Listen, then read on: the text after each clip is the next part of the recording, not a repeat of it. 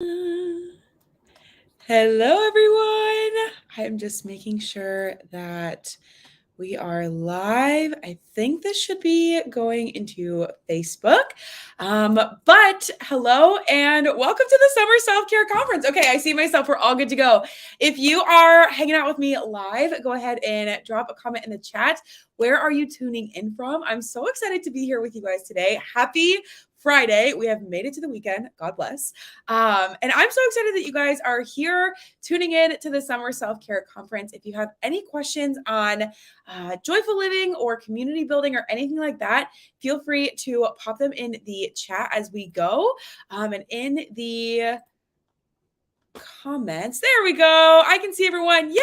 Sherilyn is a purpose pursuer. Sherilyn, girlfriend, you did your homework. Good job. If you're not sure what a purpose pursuer is, I want you to head to livinginsunshine.com, and that is living, the letter N, sunshine.com/survey, and take our free personality survey. That was your homework step, your action step for my presentation before we dove into community, and figure out what your personality is. So if you don't know who I am, I'm going to explain what those personalities are, but it will make a lot more sense once you know kind of who I am if you haven't had the chance yet to watch my presentation. My name is Maddy Fry, and I am the founder and CEO of the Women's Focus, Community Focus brand, Living in Sunshine. And I am a joyful living coach and mentor, and I help women, just like so many of you in here, learn how to live joyfully through intentional steps, impactful small changes, and things that you can do on your own that will make a huge impact over time. I am not one to say, change your whole life overnight, because that almost never works. And I was invited to speak at our conference this summer all about community. And one thing about community that is really important to do is to find your people. And that is something that I talk about in my presentation, is finding the people who you resonate with, people who are similar to you, and people that you just vibe with, right? Because when you surround yourself with like-minded people, you get a little bit further, right? You feel more welcome, you feel more comfortable, and you feel the higher capacity to be who you are and live in who you are. And that's why I wanted you to take that personality survey that I was talking about. It's completely free. And you are, yay, we have another purpose pursuer, and you will be able to connect with similar personalities. So my purpose pursuers, feel free to connect with each other, send each other a message. And we have 4 distinct personalities within the Living in Sunshine squad, is what I like to call my people. We have the purpose pursuer, which so many of you are, which is amazing. I see a dream chaser, one of you, amazing. I'm so happy to see you guys taking the survey. So purpose pursuer, joy seeker, dream chaser, and a happy hustler.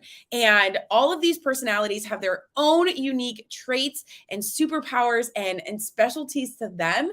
And the reason, like I said, I wanted you to take this survey before hopping on, is because I wanted you guys to have something that you can connect with one another on and be like, yo, I'm a purpose pursuer. I'm also a purpose pursuer. Like, let's talk, like, what do we have in common? Tell me your whole life story. Or even, hey, I'm a happy hustler, but I see you're a dream chaser. Like, what does that mean? Can you teach me a little bit about you and what makes you cool and special and unique? Because that is one of the pure foundations of community, right? And finding community. That's one of the biggest parts is finding people who are similar to you, people who are have like-minded beliefs and values to you. And we are really lucky that Brittany set up this community for us, because we all had that one thing in mind to where we all want to grow in some way, shape, or form, whether it's personal outside of the classroom or within our educational professional careers. We're all wanting to connect and build that community, which is so amazing. And I'm super grateful for Brittany for welcoming me in and allowing me to sort of share my zone of genius here. But I'm here to answer any questions that you might have on community or joyful living, what that even looks like and what that even means. I also did a podcast episode with Brittany a few weeks ago all about why the summertime is the perfect time to set some goals and work towards those goals. So if you have any question on goals, I love chatting about those things. And since we were talking about the survey, I am personally a happy hustler. I am the kind of girl who is like, if I have an idea and I can turn it into something amazing, I'm going to turn it into something amazing. So if you are a happy hustler, feel free to sound off in the comments down below. Let me know if that's you. I have a feeling we have some of you in this space. But I want to just chat a little bit about the importance of community, especially as we work through the end of summer and all of those good things. Thank you, Brittany, for tagging the survey. That's super duper helpful. Yay, happy hustlers. Hey, girls. So I want to talk about community and why it's really important, especially as we are moving towards the end of summer and moving back into the school year, right? So whether you're a brand new educator or you are a longtime educator or you're someone who works in the educational space, you know just how important community is, right? Whether you are at the administration level, or you are a team lead, or you are a specialist, or you are a teacher or a TA, whatever you are, we hear all the time and often the importance of building a classroom community. And there's value in that. And there is importance in building a classroom community. But I also want us to take a step back and always remember to take care of ourselves and make sure that we are building a community for ourselves, right? Both in our classrooms, but also within our professional settings and also outside of our professional settings, because we are not only a teacher or a specialist or an administrator or a principal or a parent or whatever, right? Whatever label you identify with, it's really important that we give ourselves space to grow and connect outside of outside of just what we are as teachers. But it is also super important to consider and take a look at the community that we have inside of our buildings as well, because that's where a lot of us spend the majority of our time, right? That's where a lot of you spend most of your days, is at school. So why does community matter, and how does it actually directly relate to joyful living? Because that's what I do. I'm a joyful living coach. Well, without community, we actually suffer. And this is something I mentioned in my presentation. So if you're like, wait a second, show me the receipts, you need to go watch my presentation because it's in there. There's actually science that shows that the level of mental and emotional pain that is associated with feeling isolated or lonely or on your own is the exact same level of pain as physical pain, which is crazy, right? Like, we mentally and emotionally feel the same amount of pain when we feel isolated and alone, or like we're out on this little island by ourselves. It's the same type of pain that we feel physically when we fall down the stairs or fall off a bike, or I don't know, something hits us or something crazy, right? Like whatever happens, it's the same kind of pain. It feels the same. And especially in the school setting, it's really crucial that we are taking a look at our community to make sure that it's one that we feel safe, seen, heard, and supported. Yeah, it's so hard to find community at the new one, even though I have support. Right. And that's the thing. I think that we can have support and we can feel supported, yet we still feel disconnected. Right. And in my presentation, I actually give you some really easy, actionable steps that you can take in order to connect with the people and feel connected with your overall school community. And let's say that you are in a community that doesn't really want to be connected, or you don't really feel super connected to the people within your community. You can take the action steps. You can take what I teach you inside my presentation and implement it outside of school as well, which is really, really important. And I encourage you to do. And with community, I'm a nerd. Okay. I don't know if anybody else nerds out on specific things, but I am a really big nerd when it comes to the meaning of words and kind of the roots of words and the different pieces and parts of words. The etymology of words. Is that the right thing to say? I think it is. But I actually looked up because I realized that community, communication, and connection all sound very similar, right? It's that prefix, that com and that con. They actually mean belonging, and they actually mean coming together.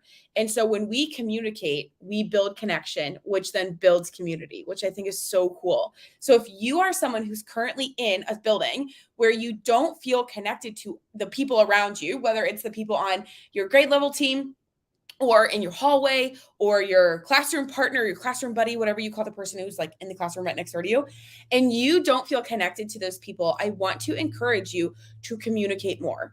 And communicating more could look like checking in the morning and be like, hey, how was your evening last night? Like, what did you do? If you know that the person who shares a room next to you is married or has a dog or whatever, hey, what did you do? What did you and your dog do last night? Like, did you go for a walk? Did you do anything fun? Do you have any plans for the weekend? Is there anything that I can do to help you today? Do you need me to take any kids? Do we need to do like a coordinated bathroom break? I'll go at 10:30, you go at 10:45. You watch my kids, I watch yours kind of thing. Is it something where you feel disconnected from the admin in your building and you want to build that connection because you do like them, right? Like you get good vibes. You want to feel connected to these people. Are you communicating enough? Whether it is communicating on a human level or even further, communicating needs that are going unmet that you need support in getting met, right? Maybe at the administration level, you try to communicate your needs for a classroom aide or a parent volunteer or funding for a program that you want your kids to go through or a field trip or whatever, right? You want to start by building that connection and that community by communicating with that person and asking for help. And that's okay to ask for help. And again, in my session, I give you things in ways that you can communicate, things that you can share, but also ways that you can foster communication from the people around you to build that kind of, I guess, community norm of communication, right? And making that a normal thing to say, hey, my kid was sick last night. I'm still at school. Can you help me make copies for today? Or, hey, I managed to go to Starbucks this morning and they messed up my drink. I have a second one. Do you want my second drink? Right? Whatever it might be. When we build that communication and when we open up that line of communication with the people that we surround ourselves with, we start to build community.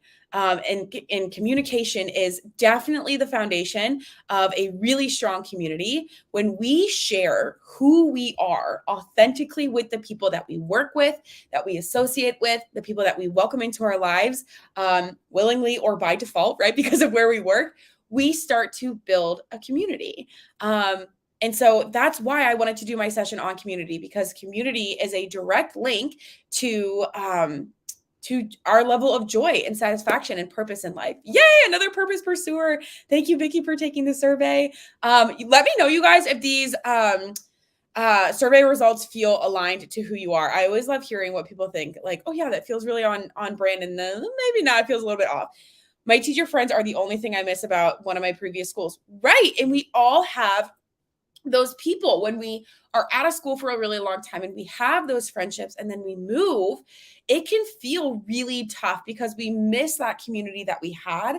And it's also one of those things, and let me know if you agree, it's one of those things that feels really hard to start over with, right? Rebuilding a community is so difficult. And as an adult, whether you identify as a grown-up or not, building friendships is a really tough thing to do. Yes, I hate being the new kid. It's hard. It's so hard. And that's, again, another reason why I wanted to do this presentation, because we all, no matter how introverted or not that we are, have the skill sets and have the experience to build a sustainable, welcoming, joyful community, one that we feel seen, heard, and supported in. And we have already done it in the past, right? We've already done it at our old school. We've already done it at our old job. Now we just need to sort of get to that top of the hill again, and do that ascent again, right, to the top of the hill, which I know feels really challenging and feels really, really tough. But it starts with communicating, introducing yourself, going to the mixer or the happy hour or the meet the teacher night or the staff meeting or whatever your school does. And it starts with sharing a little bit about yourself. And I made a joke in my presentation. Now, this does not need to be like let me just open up my heart and tell you exactly what I'm talking about with my therapist, right? It doesn't have to be that. But it can be as simple as, at my old school, we did XYZ curriculum and I loved it for this reason. What do you guys do at this school? Or it could be, oh, I saw in your classroom you have a picture of your family. I'm also married and have 2 kids. can you tell me about your kids? Right. And if communication is hard for you, if building that communication or starting those conversations is tough for you, I want you to start by sharing something about yourself versus asking someone about themselves. And the reason for this is because we are so easily inclined to talk about ourselves. I know we say all the time, like how self-centered kids are, because they are, especially the littles, like they are really into themselves. But it's almost easier to share a little bit about yourself and see what this person who reciprocates this conversation with you responds to. And then you can follow that line of conversation with them to, again, share that foundation of communication and see if you can then take that and build a solid community with that person. And if you make this connection with someone who has been in the building for a few years, they already have an established community that they can then welcome you into, right? So it starts with sharing a little bit about yourself. You never have to share more than what you're comfortable with, and seeing where that person takes that conversation. I am my favorite topic of conversation. Amen. Me too. Let me talk about myself. I love talking about myself, right? We all love talking about ourselves. And I feel like we have been trained and taught and meant to believe that like you should always be asking somebody else about themselves. That's really difficult to do, right? Especially when you're first meeting someone. Like that is so challenging to try to pick a question out of 50 million potential questions that you could ask that person. Instead, say, hi, my name is Maddy Fry. I am a first grade teacher. I've taught for 5 years, and my favorite thing to teach is language arts. What's your name? Right? You have so many connection points with that person now. First grade, I teach first grade. If this person's a first grade teacher, let them talk about first grade. I've been teaching for 5 years. If this person is a veteran teacher, let them talk about being a veteran teacher. And I love teaching about, I don't know, making tens. I don't know, something that you would teach about in first grade. Let them talk about that, right? And then follow that communication, that line of communication there, and see what connection points that person makes with you. Yeah. It can also be hard to create a community at a small private school where many teachers have been there for years, where I'm the only one in my department. Gigi, I've got a solution for you. Go find the person who's always talking at the staff meetings and sit next to them and say, hey, and introduce yourself, right? There's always someone in every community that is like, you very clearly can tell that they are a little bit extroverted. People know them. They're very likable. They're very personable. They have that energy behind them where you just say, oh my gosh, I am like attracted to this person's energy. I see that other people are attracted to their energy as well. And they have obviously been here long enough to where they have connections. Go find that person and sit next to them and then introduce yourself to them. Hi, I'm Gigi. I'm new to this school. How long have you been here? Or hi, I'm Gigi. I have 2 kids and I teach 2nd grade. How long have you been here? I love your energy. Compliment someone, right? Build that connection with that person. That's the other thing. People love being complimented. I'm just saying, if you like someone's dress, tell them that you love their dress because they will eat that up, right? So if you feel hard, especially if you're someone in your own department, this is when you can do one of the things that I recommend that you do in my presentation, in my session, which is offer support. Right? Not to add more to your plate, because that's not what we want to do.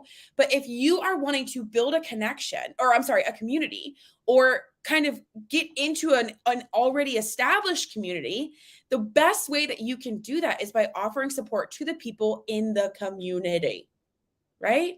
Go to someone's classroom. Hey, I have an extra 15 minutes. How can I help you? What can I do for you today? Hey, I am the literacy specialist, right? I am the reading team lead, whatever it might be for you. Do you have any kids that I think that you think would be great if I could meet with them, right? Like go offer support to those people. Because when you offer support, you do one of 2 things. First and foremost, you open that line of communication, which we've already talked about is the groundwork foundation that you need to do in order to build a community, right? So as soon as you offer to support someone, you open up that line of communication. The second thing that it does is it is that whole golden rule of do unto others what you want people to do for you, right? So when you offer support and you say, hey, do you have any copies that you need ran? Or hey, do you have any kids that you need me to take today? Or, hey, I'm ordering lunch. Do you want me to order you Jimmy John's with my sandwich? Whatever it might be, right? You then open up yourself to being offered support in return, right? And that's a really big deal. I'm the new kid after 9 years. I'm excited to meet new people, but so nervous. Yes, you've got to put yourself out there. Yeah, look around for somebody who looks just as nervous and say hello. I'm not going to lie, you guys. I love putting myself into new situations, but it is really intimidating. And something that I always remind myself of is that I'm not the only person who feels this way, right? I would not, me right now in this conference setting, would not be able to talk about community and building a community and showing how that fosters a joyful life if other people didn't struggle with that too, right? And I say what I'm about to say with so much tender love and care, but you are not special in your problems. You're not, right? You might feel isolated in them. You might feel alone in them, but you're not the only one dealing with that issue too. Okay. And the reason I say that is because I hope you take that as a message of hope. Because if you're not alone in feeling isolated or feeling like the new kid or feeling like you're out on this little island all on your own, and you're not the only person feeling that way, and you know that you're not special in your problems, it means that there's someone out there that you can connect with about that point of struggle that you're currently going through. Feeling like the new kid, trying to build a community, setting up your classroom, not really understanding the school lingo, all of that kind of stuff. That should be something that gives you hope and makes you excited, right? Because now you can work to find those people who feel the same way, right? And find those people who are looking to make those connections and looking to build that community and looking to feel like they fit in and like they belong, right? Questions, comments, concerns, building a community, joyful living, anything like that. I'm happy to answer any questions. I'm so excited that you guys are here. When do you guys go back to school? I personally live in Charleston, South Carolina, and I think school starts in like 3 weeks for teachers here. I know in Indiana, at least where I went to school, got my degree, they started school at the end of July, which was crazy. August. Lots of August. Getting close, people. How are we feeling? Are we feeling anxious? Are we feeling excited? Are we feeling unsure? I know the last few years have been a doozy. 8/15, July 31st. Kids come back on the 9th. Yeah. Anxious. Oh, can't get into your room yet. Are they still waxing the floors? They always take so long to do that. Teachers start earlier. Yeah. How are we feeling about being part of a community at our school, whether you are new or you're returning to your past school? Those dang waxed floors, Sherilyn, I'm telling you, they take forever. It's like the last thing to do. Yeah. So let me give you some tips if you are someone who's feeling a little bit anxious about going back to school. And I share these tips as someone who's a fellow anxious girly. I am a proud anxious girly, right? Going to therapy for it and everything. It's okay. We all need to go to therapy at some point. So let me share with you some things that I do to help my anxiety kind of simmer down, get it back in control if you're feeling anxious about going back to school, okay? First and foremost, I want you to take some time over the next few weeks to really reflect on last year, okay? Especially if you're someone who starts at the beginning of August. This is something you could do over the weekend. You could do next week, but do it before the first day of school. Reflect on last year. And the reason I want you to do this is because if you haven't yet officially closed the door on the 2022-2023 school year, it's going to continue to linger in your brain. So if you haven't reflected on what's gone well, what did not go well, what you never want to have to do again ever, the kids that you would love to see over and over, and the kids that you're like, peace and blessings, see you next year, right? If you don't reflect on what went well, what did not go well, the things you'll change, and the things that you never want to do again, that year is going to continue to sit in your brain, and the feelings from that year are going to continue to linger in your heart and on your mind, right? And it's really important that we reflect on this because we can't continue forward and carry that baggage. I literally think of us like carrying suitcases through like an airport terminal, right? We can't continue to carry that into the new year and expect this year to be any different, because we're carrying in those emotions from last year into this one. And that's not fair to you. It's not fair to your kids. And it's not going to set you up for success, right? And the reason I talk about this is because I know teachers carry this stuff with them, and it's time to put it down, right? So you've got to first reflect on last year and officially close that chapter. Because what happens is teachers oftentimes get to the end of the year. It feels like a sprint. It feels like an emotional, like, marathon of just survival. You get to summer and you're like, I'm never going to think about school ever again until I absolutely positively have to. You're still carrying those emotions with you. So reflect and close the door, right? The next thing that I want you to do after this is to set an intention for the new year. Okay. And when I say intention, I mean, what kind of energy do you want to bring to your classroom? What kind of growth do you want to see within yourself or within the community that you have in your building, or that you want to see within your kids? Do you want to intend on being the teacher who says yes? Do you want to intend on being the teacher who tries new things? Do you want to intend to be the teacher who implements new strategies that you've seen online or in a professional development setting that you did this summer, right?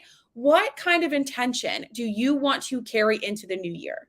And I want you to set that before the first day of school, okay? Set it for yourself. Set it for yourself as a professional. Set it for yourself as an educator and as yourself outside of the educational system as well. Please don't only set an intention for you as an educator. Also do it as you as a human, okay? I'm intending on being a teacher who meets her students where they are, but also does everything she can to support herself as best as she can. What does that look like? Set that intention, okay? The next thing that I want you to do is to set some goals for the school year, both for yourself and for your professional self, right? So we kind of have two different selves, our professional life and our personal life. Set some goals for both of those, and then write them down, track them, give yourself some actionable steps to make them happen during the school year, and then work towards them as much as you can. And the reason this is going to help your anxiety simmer down, get it back under control, is because you're giving yourself things that you can control, right? Anxiety most often stems from fear of the unknown, a lack of control, or past experiences that we haven't yet closed the door on or reflected on or healed from, right?